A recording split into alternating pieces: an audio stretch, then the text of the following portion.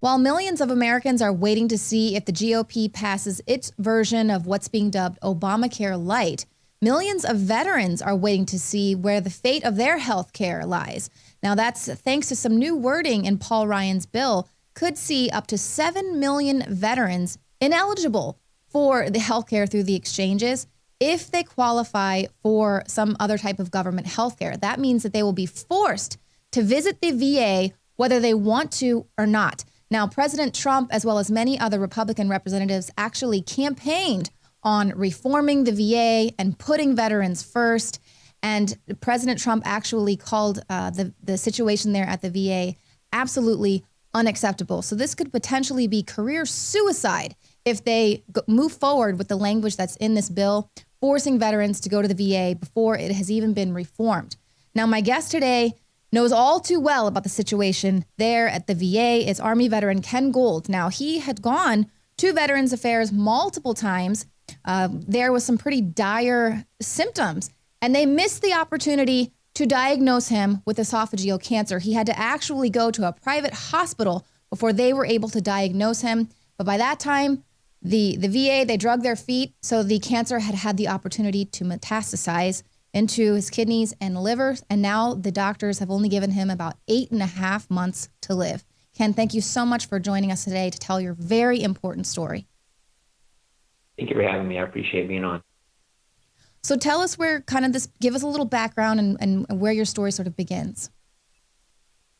Well, obviously, I joined the military. I did my 8 years, honorably discharged about 4 months ago. Around August, I started having symptoms, getting sick once in a while, things like that. It was a meal a day. It was once a week, twice a week. And then it kind of progressed. I just thought maybe it was I don't know. I was just not sure what it was. And I basically myself didn't go to the VA until November. In November, I visited an emergency room. The gentleman asked me why I was there. Basically, he told me that I didn't need to be there. So I had to call my primary care doctor. They set you an appointment. Well, it took a month to get an appointment there. So I go there. Basically, the doctor tells me you have acid reflux. Well, I explained to him I don't have that. I can't. It's not that I'm having acid reflux. I can't eat, and things just come up. And he says, well, I'm going to give you pills. And then I explained I can't swallow pills. So there you have that. So I went back home, still continued to get sick, and actually progressively got worse to where I wasn't eating but once a week, twice a week. I could keep some water down at that time. Through that time, I went and visited the VA, Audie Murphy Hospital 3 different times, one a Friday, Saturday, and then a Sunday, consecutively. What I did was about the 13th of the month of January. It took this long. I went in and they did my blood work. Of course, it took 9 hours to get seen in the emergency room, which is average for the VA, it seems like right now. They took me into my blood work, said, hey, your blood work's great. Your kidneys look fine, your liver, blood, everything seems great. We really can't help you. I was like, well, I can't eat. He's like, well, I don't see how that's possible. So after we had a discussion, I left. Basically went another week, hadn't eaten now. By that week, I had been almost 2 weeks since I had an actual meal. And yes, it is hard to believe that, but went back in again, same scenario, got told again, hey, we don't understand, your blood's fine. And really, even at this point, the guy actually doctor folds his arm, leans against the wall and just says, I don't believe you. There's no way. So he and I had a bit of a discussion again. I left, came back a week later. This time now I was not only getting sick, but I was actually vomiting blood. So I figured for sure the VA's got to do something for me. There's no way. This has got to be my way in. And once again, all I got talked to about was a prior condition I had. It had nothing to do with this. Said he didn't understand why. He said basically I needed to get a scope and see an oncologist, but there's nothing they could do for me today. So I just have to come back next week sometime and set up an appointment and see what they could do for me. So at that point, went home. Basically couldn't get out of bed hardly anymore. Hadn't eaten now for 3 weeks. At this point, I decided it was either go to a hospital and pay or die because I knew that something was really, really wrong. So I went to the Northeast Baptist Hospital in San Antonio. Within an hour of being there, they had me in the emergency room, said, hey, I showed them what was going on. I basically had to demo it. to get anybody to understand. He's like, man, you're really sick. Let's get you upstairs. Next morning, the doctors did a scope. Then the following day, I was actually diagnosed with esophageal cancer. And at that point, the doctor said, there's no way you could have eaten or drinking anything. Your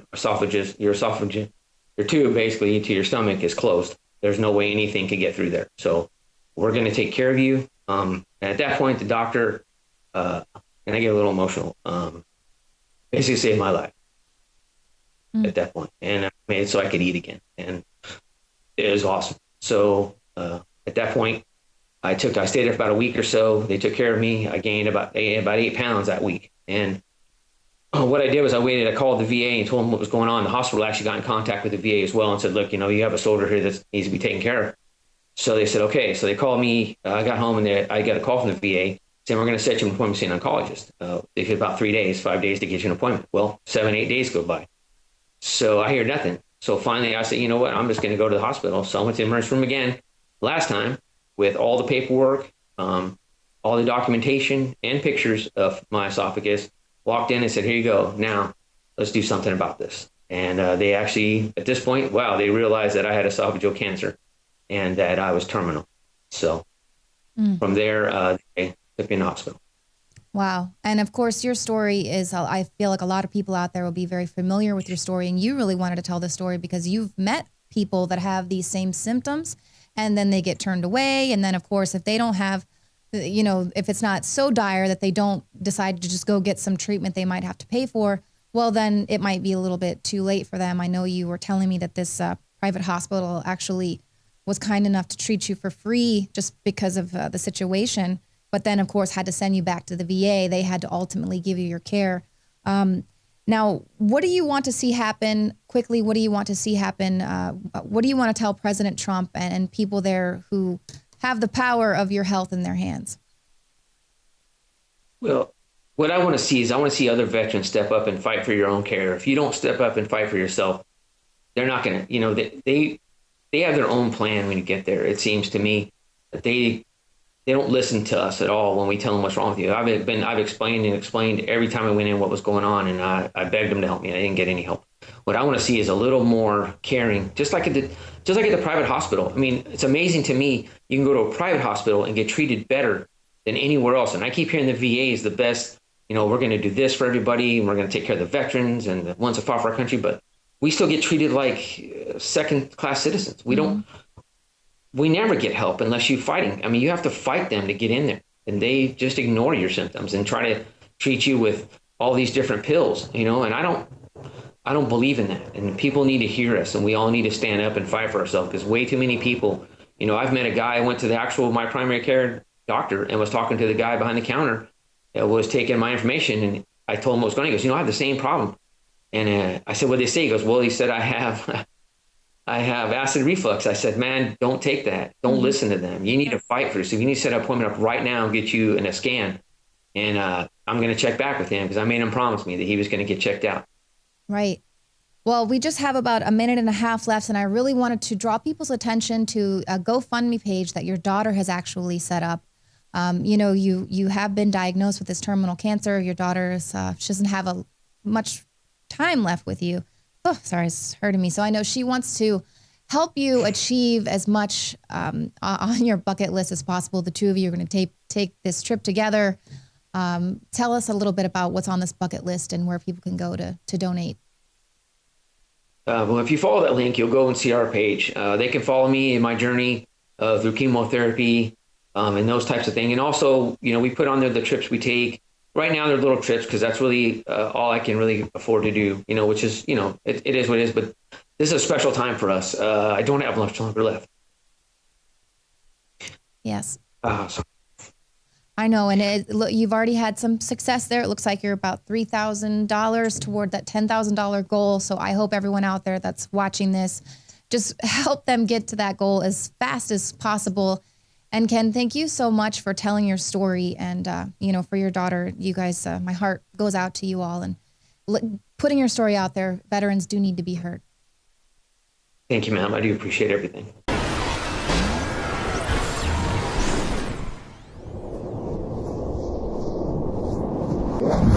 This is one of the biggest secrets out there. the missing link of why our ancestors, whether you were in Africa or ancient Albion, which is England today, why our ancestors were so much stronger.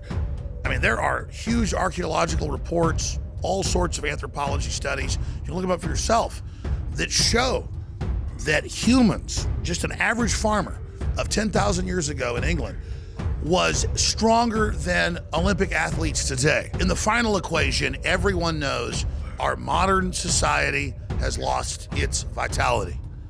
The sperm counts are down like 90%. People are falling apart. They're totally depressed. They're unhappy. What is going on? Every ancient culture was obsessed with what I'm about to reveal to you. Today we call it bone broth, and for thousands of years our ancestors enjoyed its benefits before it became lost to our modern diets of processed junk. That's why I'm so excited to announce the product that is undoubtedly the jewel in the crown of InfoWars Life products.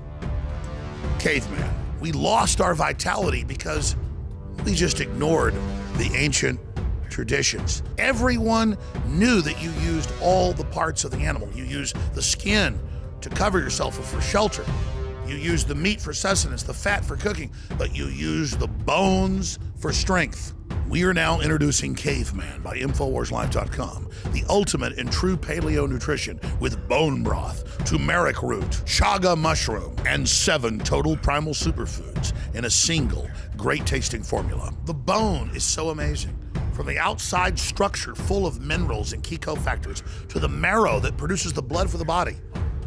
This is the engine of the life essence. I've made a lot of important points here, but this is the one you need to research for yourself because it's so key. High-quality bone broth helps support healthy muscles and connective tissue, while the active compounds in turmeric do battle on the cellular level and help fight free radicals. And collagen is essential to aid healthy tendons, ligaments, and muscle tissue. This is an absolute win-win. You get an amazing product produced right here in America. You support InfoWars and all we're doing to promote freedom and the restoration of our republic and promotion of freedom worldwide. The journey towards better health and giving our bodies these amazing compounds that God created starts at InfoWarsLife.com. 3 years in the making, incredible research, and the very best ingredients. I'm Alex Jones, and I may not be a caveman, but compared to these trendies out there in the street, I'm as close as it gets. Join me at InfoWarsLife.com and get your caveman formula today.